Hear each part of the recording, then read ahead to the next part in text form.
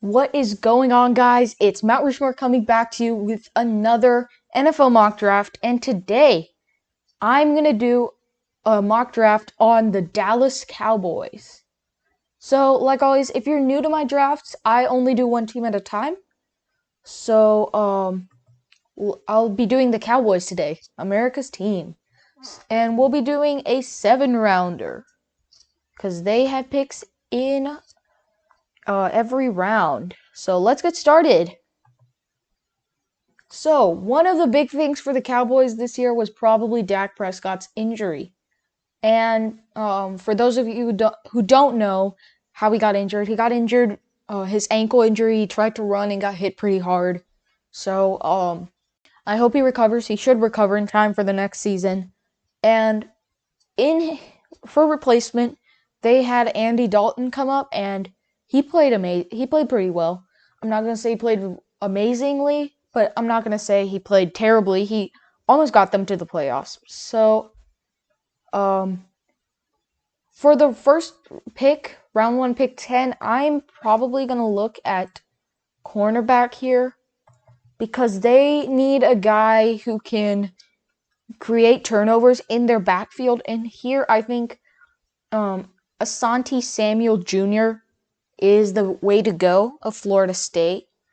In 3 years with Florida State, Samuel had 93 tackles, 1 forced fumble, and 4 interceptions. So great stats, guys. He is a great cornerback. I love watching him play. He was one of my favorite cornerbacks this year. So I think he has the ability to make those turnovers. He can create turnovers pretty well, and I think overall he would just be a great fit in this Dallas Cowboys team. He would fit in really well with this defensive locker room, and he could help a struggling backfield. So, speaking of struggling, I think it's time to look at an offensive lineman, specifically offensive tackle, because they were struggling. They were giving up way too much pressure in the past few years. They were giving up way too much pressure to Andy Dalton this year. They were giving up too much pressure to Dak Prescott in the past few years. And do not get me wrong here. An offensive tackle, an offensive line is not what caused Dak Prescott's injury. He ran and he was just open field. There was a huge hit. That is not the offensive line's fault. But overall, I think here Jackson Carman of Clemson can help not let whoever the quarterback's going to be, he can help them not get pushed around so much. And Jackson Carman, he is 6'5", 345 pounds, so he's a big guy. He's strong, and he is a huge help. He would be a huge help to this Dallas offensive line. So I'm going to take him here. Yes, I know this is only the second round, and he's projected to be picked number 79. But that is okay. That is no problem. I think he would fit in here. He is a great offensive tackle. And overall, I think he has the leadership element to help this offensive line. So, our next pick is pick 74. Here it comes right about now. And here, let's look at interior defensive linemen. Let's look at an interior defensive lineman here. So, there are a lot of great ones still left here, but I'm going to go down, and I'm going to take Tyler Shelvin of LSU. And in 2 years with LSU, he had 48 tackles and 1.5 sacks. So they're okay stats, not the greatest. So he was averaging about a half sack, 1 sack, somewhere between there.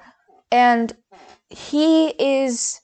Okay, I'll admit that when it comes to pressure, he's not the greatest guy to look to, but he is amazing when it comes at stopping the run, which I think that each team is getting a little more acclimated to run defense now.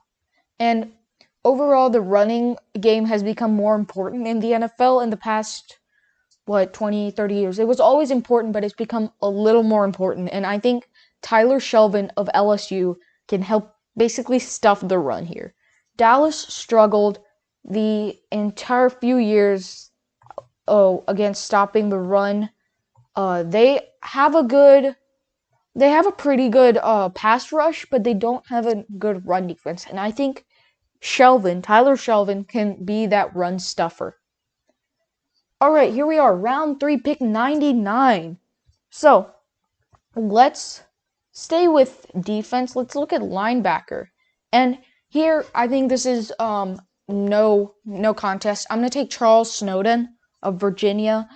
And in 4 years with Virginia, Snowden had 191 tackles, 15 sacks, 2 interceptions, and 3 forced fumbles. So he is a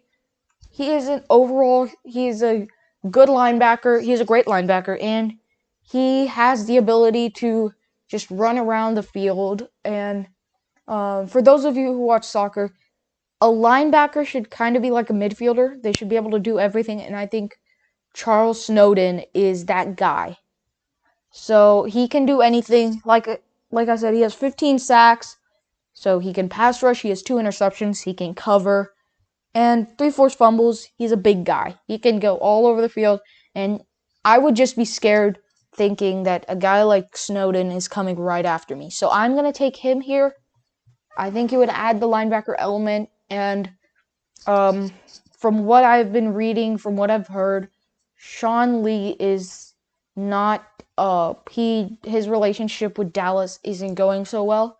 So I think Charles Snowden would be a huge impact here. So, round 4, pick 115. Guys, let's go back to offense. Let's go to offense really quickly. And let's look at a tight end. They need a strong tight end because Blake Jarwin is pretty much one of the only consistent tight ends that's not plagued by injuries. And I think they need a guy like John Bates here of Boise State. And in 4 years with Boise State, Bates had 47 receptions for 579 yards and 2 touchdowns. So I admit those aren't the greatest stats. Like I said, 4 years. So yeah, those aren't the greatest stats, but that is no problem. That's no problem. If he was given an elevated role, I think he would make an impact here right away on this offense. Because this Dallas offense is kind of just begging for a tight end in this draft, and I think they need a guy like John Bates. I think they'll take him in somewhere like in the middle rounds, round 3, round 4, and I think he would fit round 4, pick 115. So I'm going to take him here. He is a great tight end. For those of y'all who watched him, you guys know what I'm talking about. For those of you who didn't, I urge you to watch some tape on him. So make a film. Study some of his films. He is a great overall tight end. He can block, he can run, and he can catch. So I think he would fit in with this Dallas offense perfectly. So here we are, round 4, pick 139. Okay, let's go back to defense. Let's look at an edge rusher here. Okay, so let's go down. Let's keep going down. And I'm going to take Patrick Johnson here of Tulane. And in 4 years with Tulane, Johnson had 136 tackles, 24 and a half sacks, and 6 forced fumbles. So let's talk about the sacks for a minute.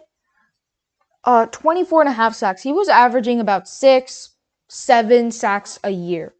So those are great stats for a guy who's coming in this late in the draft. He's projected to be pick 170. And I think Dallas it would be like a steal here if they take Patrick Johnson, because overall he's one of the better mid-draft edge rushers here. So I think he can help the Dallas pass rush. They need a little help. They need a little help on defensive end, and I think Patrick Johnson has that ability to make an impact here. So I'm going to take him. He is a great player, and I just love watching him. He is disruptive, which is one of the best traits in a defensive lineman. If they are disruptive at the college level or at the rookie level, you know they have the ability, they have the potential to make it big in the NFL. So the next pick is round 5, pick 179. So here let's look at a safety. Let's keep going with defense. I know this is going to being a more defensive sided draft, but that's okay. A strong defense is the best offense, is how the saying goes. So I think Dallas needs a defender, and let's look at a safety here. So here, no contest, I'm going to take Jamien Sherwood of Auburn. And Sherwood, in 3 years with Auburn, he had 130 tackles, 2.5 sacks, and an interception. So yes, the interceptions should be a little higher for a safety, but I think the 2.5 sacks show that he is a mobile safety, that he can move around the field, he can pass rush, he can defend, and he can cover. And overall, he's kind of like a triple threat because, like I said, he can pass rush, he can cover people, and he can run around all over the field. He has speed. So I think Jamien Sherwood of Auburn would be the way to go here. He is overall just a good safety. He's a great safety. And I think he can help the Dallas backfield. Because I picked Asante Samuel for the first pick. And I think Asante Samuel and Jamien Sherwood would go great here. All right, round 6, pick 193. Let's go quarterback. And you guys might be thinking why I'm taking a quarterback this late in the draft. No problem with that. Yes, I am taking one a little late. But I think overall they need a quarterback because what happens if Dak Prescott goes out with an injury again? And they need a guy who can go along with Andy Dalton, a third-string quarterback that is reliable. And I think here, KJ Costello of Mississippi State is the way to go. In 4 years with Mississippi State, he had 7,434 passing yards at 62.9 at a 62.9% completion rate and 55 touchdowns. 55 passing touchdowns. So those are great stats, guys, for a quarterback who's coming in this late in the draft. Yes, he is projected to be picked 237, but that is no problem. I think he would be a huge help to this Dallas offense because he can get acclimated to this Dallas offense. And think, if I was a quarterback, Dallas would be one of the teams I would choose to go to because they have so many weapons on their team already. Because think Amari Cooper, Michael Gallup, CeeDee Lamb, Blake Jarwin, Ezekiel Elliott, Tony Pollard. Those are a lot of great weapons. And KJ Costello has the leadership ability to make it big in the NFL. So I'm going to take him here. He's a great quarterback. He is probably one of my top 10 quarterbacks in this draft. And I just love watching him play. I would love to see him kind of take that next step to becoming a great NFL quarterback. So the next pick is pick 232, round 7. This is the last pick of the day, guys. So what do you say we go out with a bang? Let's take an offensive lineman. Let's kind of fortify the offensive line here. So here, there aren't that many left, but I'm going to take Kevin Jarvis of Michigan State. He is 6'5" at 312 pounds. So he's a big guy. He can protect his quarterback from the inside against defensive tackles. And overall, he's good at opening running lanes. And I think Ezekiel Elliott really struggled this year. Tony Pollard outplayed him. And yes, Ezekiel Elliott is one of the top running backs in the league. And he kind of had a down year. But I think with a strong interior offensive lineman, Ezekiel Elliott can start producing at the level he originally was. So I'm going to take Kevin Jarvis, the interior offensive lineman, for the last pick of the day. I think he would fortify this offensive line. He would kind of tie the knot for the 2021 offensive line of Dallas. So he will be my last pick for today.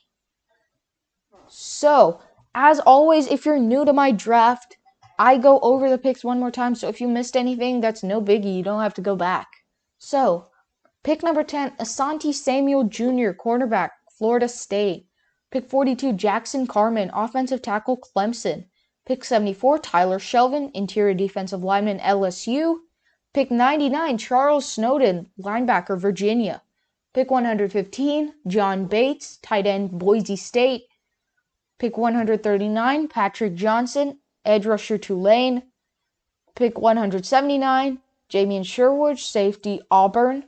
Pick 193, KJ Costello, quarterback, Mississippi State. And last but not least, pick 232, Kevin Jarvis, interior offensive lineman, Michigan State. So thanks for watching, guys. Don't forget to like and subscribe. Leave any comments in the chat.